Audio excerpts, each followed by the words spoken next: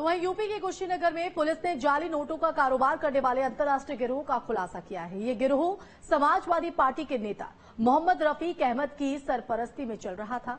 Police ने गिरोह के 10 लोगों को गिरफ्तार करते हुए खुलासा किया है कि यूपी और बिहार के सीमावर्ती इलाके में ये गिरोह सक्रिय था। पुलिस ने गिरोह के सदस्यों के पास से 5,62,000 रुपए के नकली नोट, 1,10,000 भारतीय रुपए के साथ ही 3,000 नेपाली मुद्रा भी बरामद किए हैं। पुलिस के मुताबिक रफीक अहमद समाजवादी लोहिया वाहिनी का राष्ट्रीय सचिव है। इस पर जिले के अलग अलग थानों में 11 गंभीर आपराधिक मामले दर्ज हैं। पुलिस इस गिरोह के पॉलिटिकल कनेक्शन के बारे में और जानकारी इकट्ठा कर रही है।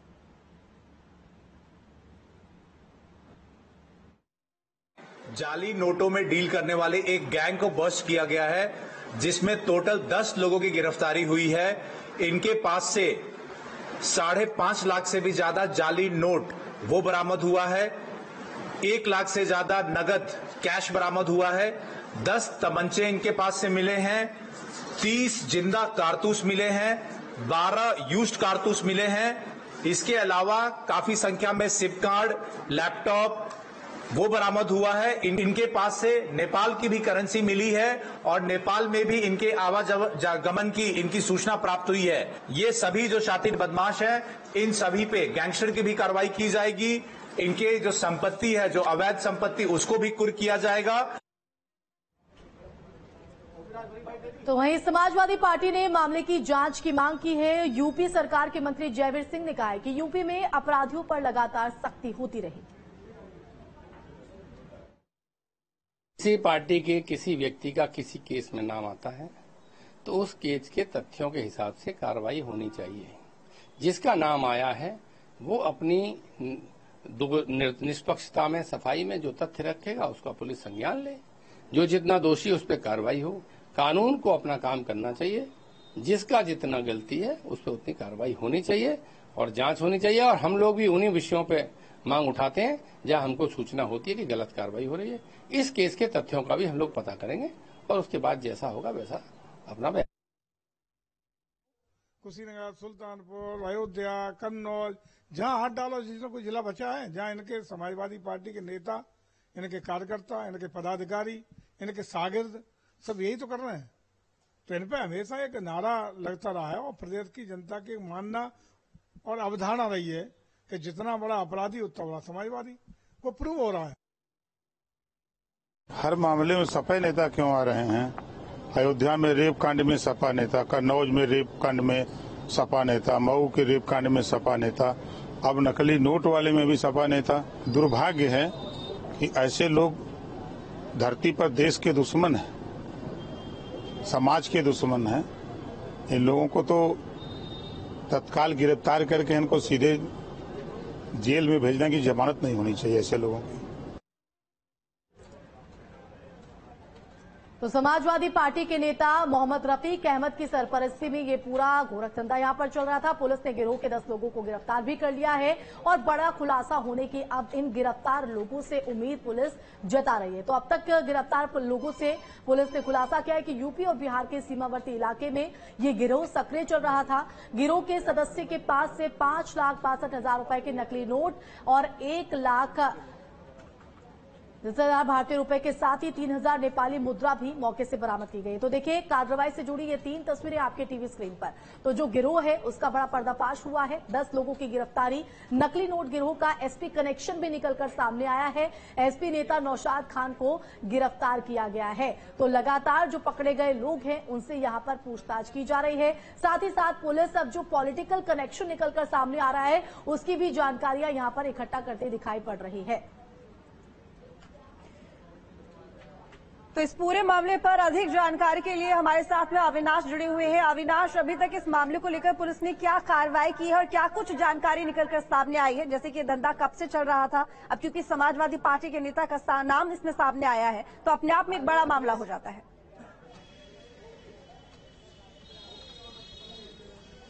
देखिए, एक बड़े सिंडिकेट का भंडाफोड़ किया है पुलिस ने, और पुलिस के मुताबिक 5 लाख से ज्यादा की जो करेंसी है, जो कि जाली है, उसको पुलिस ने बरामद किया है।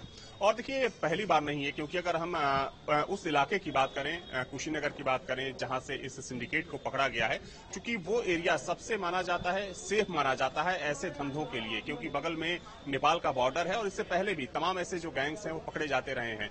लेकिन चूंकि उसमें पिछले कुछ सालों में काफी कमी देखी गई है, क्योंकि जो सीमावर्ती क्षेत्र है वहां पर जिस तरीके से गश्ती बढ़ाई गई, सुरक्षा बलों को तैनात किया गया, तो अब ऐसी घटनाएं कम हुई। लेकिन ये जिस तरीके से इस सिंडिकेट को बस्ट किया गया है, तो जाहिर सी बात है कि ये तथ्य भी सामने आ रहा है कि अभी ऐसे जो सिंडिकेट हैं, गैंग हैं, वो ऑपरेट कर रहे हैं। और इसमें मुख्य रूप से नेपाल सीमा से सटे जो यूपी के सीमावर्ती इलाके हैं और जो बिहार के सीमावर्ती इलाके हैं, क्योंकि कई ऐसे जिले हैं यूपी के जो नेपाल से जुड़ते हैं, बिहार के भी कई ऐसे जिले हैं जो नेपाल से जुड़ते हैं, तो वहां पर यह सिंडिकेट ऑपरेट कर रहा था, जैसा कि पुलिस ने जानकारी दी है। और चूंकि इनके साथ और भी लोग इस पूरे गैंग में शामिल हो सकते हैं। हालांकि पुलिस ने रफी और नौशाद खान समेत 10 लोगों को गिरफ्तार तो कर लिया है, लेकिन माना जा रहा है कि पुलिस की जो दबिश है वो जारी रहेगी और इस सिंडिकेट और इस गैंग से जुड़े जो दूसरे आरोपी हैं, जो दूसरे अभियुक्त हैं, इस गैंग के साथ काम करने एसपी कनेक्शन भी निकलकर सामने आ रहा है। ऐसे में इस पॉलिटिकल कनेक्शन को किस तरह से पुलिस किस एंगल से इस पर जांच यहाँ पर करती नजर आएगी, साथ ही साथ समाजवादी पार्टी के नेता मोहम्मद रफी को लेकर भी सवाल खड़े हो रहे, क्योंकि उसी की सरपरस्ती में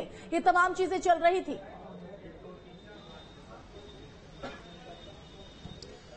बिल्कुल सही कहा आपने। देखिए, दोनों ही जो आरोपी हैं, चाहे हम रफी खान की बात करें जो लोहिया वाहिनी का पदाधिकारी बताया जा रहा है, और नौशाद खान जो समाजवादी पार्टी का संस्कृति विंग है उसका पदाधिकारी बताया जा रहा है, तो निश्चित तौर पर बीजेपी इस पूरे मामले को लेकर समाजवादी पार्टी पर हमलावर है। बीजेपी साफ तौर पर यह आरोप लगा रही है कि समाजवादी पार्टी का असली चेहरा यही है कि समाजवादी पार्टी गुंडों की पार्टी है, सपा में ऐसे तस्कर काम करते हैं।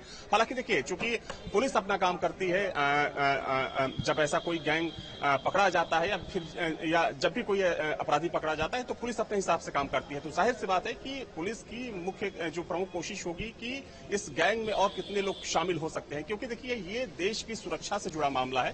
क्योंकि अगर जाली नोटों का व्यापार होता है तो उससे कहीं ना कहीं जो देश की सुरक्षा है वो खतरे में होती है, और खासतौर पर आंतरिक सुरक्षा को लेकर एक खतरा पैदा होता हुआ दिखता है। क्योंकि इससे पहले चूंकि बात सामने आ चुकी है कि जो ISI है, यानी कि जो पाकिस्तान की खुफिया एजेंसी है, वो नेपाल के जरिए कई बार भारत में जाली करेंसी के प्रसार को बढ़ावा देने के लिए उसने अपने तमाम जो गैंग्स थे उनको एक्टिव किया था, लेकिन उन गैंग्स को खत्म कर दिया गया। लेकिन अगर यहाँ की पॉलिटिकल पार्टी से जुड़ा कोई व्यक्ति अगर ऐसा कारोबार करता है, तो निश्चित तौर पर ये एक बड़ा सवाल है। बिल्कुल, जाहिर तौर पर देखिए, एक बड़ी कामयाबी, एक बड़ी कार्रवाई अविनाश, और ऐसे में अब जिस तरह से 10 लोगों की गिरफ्तारी हुई है, इस गिरोह के अन्य लोगों तक पहुंचना भी एक बड़ा चैलेंज होगा। और चैलेंज इसलिए क्योंकि विदेशों तक जो है वो तार यहाँ पर फैले हुए हैं इस पूरे गिरोह के।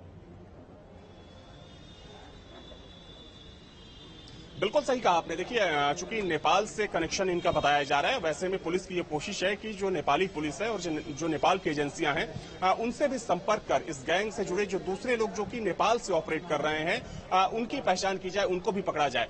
पुलिस की ये भी कोशिश है कि जो इंटरनेशनल, चूंकि ये अंतर्राष्ट्रीय गैंग बताया जा रहा है, तो नेपाल के अलावा क्या दूसरे देशों में भी इस गैंग के तार फैले हुए हैं। जैसा कि मैंने पहले कहा कि नेपाल हमेशा से ही ये कोशिश करता रहा है कि नेपाल के जरिए भारत में जाली नोटों को भेजा जाए, जाली नोटों का प्रसार किया जाए, ताकि जो यहाँ की अर्थव्यवस्था हो, जो यहाँ की इकोनॉमी है, उसको कमजोर किया जा सके।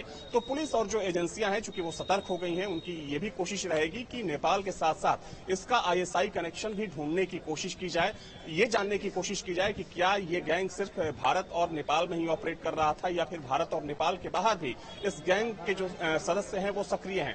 तो निश्चित तौर पर जो तमाम एंगल हैं, जब भी कोई गैंग पकड़ा जाता है और उसमें जो भी संभावित एंगल होते हैं, बिल्कुल अविनाश, लेकिन देखिए एक सवाल और, जिस तरीके से आपने थोड़ी देर पहले बताया कि यहाँ पर सीमावर्ती इलाका है, तो जो सुरक्षा है वो सख्त होती है, सुरक्षा एजेंसियों की जो नजर है हर वक्त बनी रहती है। तो ये धंधा चल कब से रहा था, कितना वक्त हो गया है, और सबसे बड़ी बात ये, क्या इस पर काफी वक्त से नजर थी पुलिस की, जो अब इसकी गिरफ्तारी हुई है, कितना वक्त हो गया ओवरऑल?